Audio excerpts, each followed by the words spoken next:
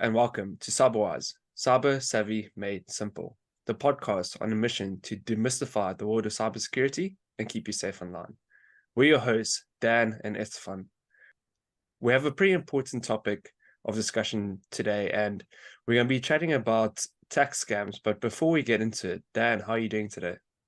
I'm doing good, thanks. How are you? I'm doing very well, thank you. Let's start at the very beginning, Dan, and obviously we're heading into tax season, and for a lot of South Africans, this can be an extremely stressful time. But let's firstly go over what tax scams are.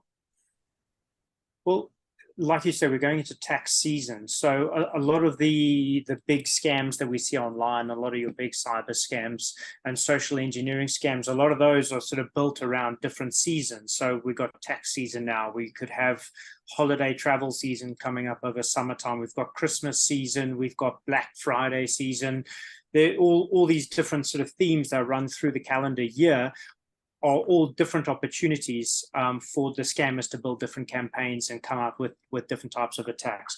This is your typical social engineering threat where scammers will try to impersonate the tax authorities, whether that's the HMRC in the UK, whether it's the IRS in the US, or whether it's our local SARS in South Africa. They try and impersonate those tax authorities, which everyone hates, everyone's super scared of, everyone's worried about tax time. And so they make really convincing scams and social engineering attacks to convince people to either hand over their sensitive personal data or to actually hand over their hard-earned money, and they'll lose big bucks through these scams. And let's chat about it, the tax scam process. Obviously, this is probably starting as a phishing attack, but can you take me through the process of a usual attack, how it usually takes place? Yeah, sure. So it's typically, in the past, it's really been split between three main types of social engineering. So phishing obviously is key, receiving those messages and those scams through your mailbox. But more and more now we're seeing SMS type messaging as well, that's being put out. So your smishing attacks. And then you've got vishing as well, which is the voice phishing. So they're actually getting calls over the telephone, getting people that way as well. So victims are getting nailed by this, from three different directions there, in their mailbox, by SMS and by voice calls as well. And typically what they're doing is they're impersonating the tax authority, claiming that they are the tax authority, and playing on different sort of psychological triggers to the victim. So either trying to scare them into, you've missed a payment deadline, you haven't submitted your tax in time, you've got a big penalty to pay the penalty now or risk a bigger penalty or risk going to jail. So they play on that fear bit, and then they're like, you need to pay the penalty into this bank account as soon as possible, or here's a payment link to pay this penalty and you need to get it now. So people freak out and quickly pay to avoid any bigger penalties, and then find out there was a scam and their money's gone. They won't see that. The other bit is greed. Everyone loves getting a tax refund from the tax man, and always looking forward to that. And so you get that email or you get that SMS that you've earned a big tax refund for this year, super excited. But what these guys will do is they'll say, okay, to speed up the process or to manage this process and get you paid as quick as possible, you need to pay a small admin fee that can be, maybe a couple of $1,000 or whatever it is. And you need to pay that admin fee into this online payment portal or into this bank account. And you quickly pay that to receive your much bigger tax rebate. And before you know it, that money's gone and nobody knows, what the hell you're talking about. So those are the two sort of main types of ways that they do it. And then a lot of the time, we're looking at basic identity theft as well. And so the scammers will be trying to get people's personal details through a multitude of different types of scams, and they'll be trying to get your ID numbers, your tax numbers, your addresses, your phone numbers, all of that, as much information as they can get on you as possible. What they will then do is use all of that to create a profile on the tax authority's website and actually submit for a tax rebate. And when you then go to claim your tax return, you'll find out that actually, no, they've already paid it out to you. You've already claimed that, and you know nothing about that. That's now gone to a scammer who was impersonating you on the e-filing or on the tax website. So those are the main types of ways that the scammers are coming about this season and trying to steal money, trying to steal information from their victims. And obviously, when it comes to tax, there's two sides to the coin. There's obviously the individuals and the businesses. And let's chat about who's the most vulnerable from both sides. Who's the most vulnerable individuals and who's the most vulnerable within an organization during this tax season? So I'd say sort of most vulnerable victims, you're probably looking at three different sort of top targets that are the most vulnerable, most likely to be caught out. Your younger generation, who for a number of reasons are big targets and a lot of the time fall foul to it. I think this is mainly because even though they're very cyber savvy, they're super switched on, they're really digital, they're not aware of how the tax process works that well. So they can easily be fooled or easily be conned by somebody on the phone, an SMS or an email, because they're not 100% sure on how the actual tax process works. So they, are easily conned, easily scammed, and they think they bloody know it all. So it's easy for them to get scammed. Secondly is your small business owners. Again, a lot of small business owners won't have sort of dedicated accountants looking after this. They may try and do their own returns. Again, they've got so much going on that this is just one small thing that they're having to deal with at the time. And so their guard is maybe slightly down on this. They want to get this done. They've got a ton of other stuff to worry about.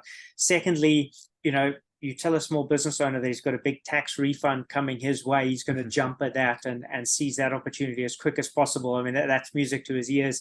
And then lastly is the older generation. They're just not as cyber savvy and digitally switched on a lot of the time. And while they may have been paying tax for many years, if a scammer tells them that, this is another update now to the tax system has changed, processes have changed, and, I need to comply with this, they may not know better. They may not know what the current systems and processes are looking at. So the older generation gets scammed quite a lot as well. And I guess we always preach it, to slow down when reading an email. If an email sounds suspicious or sounds too good to be true, or if it's, time sensitive, or a sense of urgency, just calm down and take a breather. But obviously for individuals, it can be extremely stressful because you're the person paying your tax money over to SARS. So I guess from my side, just double check, triple check that everything is correct. Make sure that the banking details are correct before making the payment. And I don't think this can be emphasized enough. But Dan, from your side, do you have top 5 tips on how to protect yourself this tax season? Yes, I mean, always being suspicious, exactly like you've said.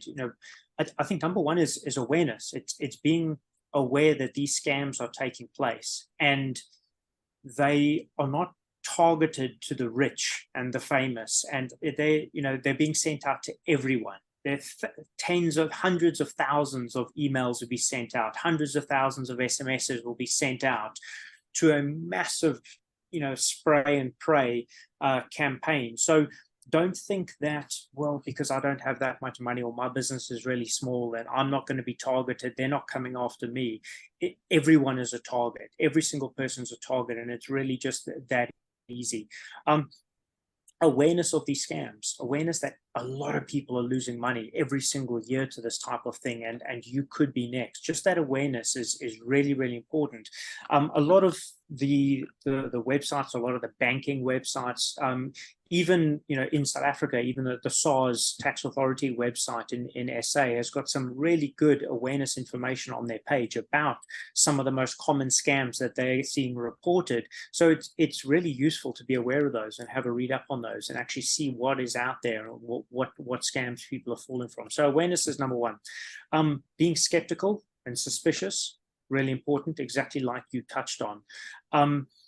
Anytime that you receive an email, an SMS, a voice phone call from somebody claiming to be from the tax authorities, suspicion should go up, red flag should go up, even if they are legit and really from those authorities. That's great, but it's somebody in a position of authority phoning you, and it's really tough psychologically. That this is why it's such a strong and successful scam. Is people are really worried about the tax authorities. Nobody wants to be caught out, the big bad tax man. And so if somebody from SARS phones you, if you get an email from SARS, shit, alarm bells go off. I need to comply with this, compliance.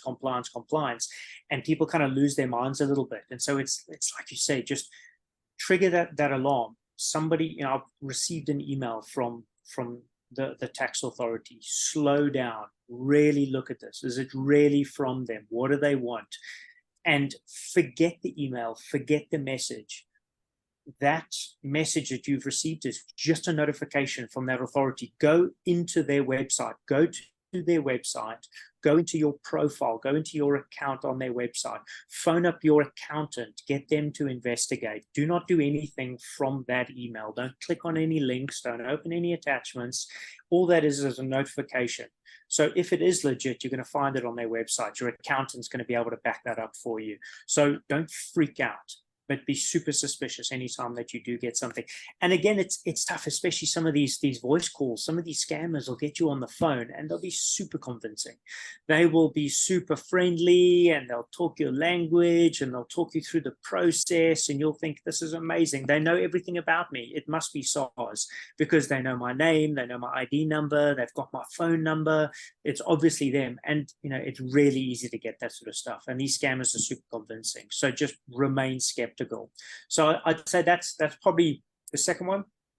I've mentioned use official sites. So go onto the tax authority site, actually type that into your URL. Don't use links from emails or SMSs. Type in those sites, visit those sites, open your accounts in them, and do that. If you do receive any suspicious calls or messages or emails, report them. The majority of tax authorities around the world will have report emails that you can actually report to, or hotlines that you can report to. Again, if you're unsure, if somebody's threatening you with a penalty or threatening you with jail time or whatever it is, phone SARS, phone the report lines, actually have them confirm it for you as well. And then lastly is educate. If you are lucky enough to be super switched on to this stuff and you can spot a scam coming a mile away, that's great for you.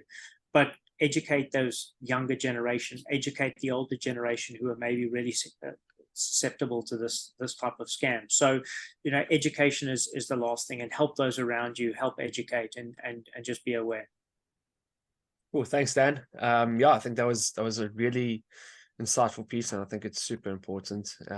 Can be quite scary, but I think with those tips that you mentioned, it could help. And I think that's all we have for today's episode. Thanks for tuning in, and stay safe out there this tax season. And thanks for your time, Dan. Hugely appreciate it. Cheers, guys. See you later.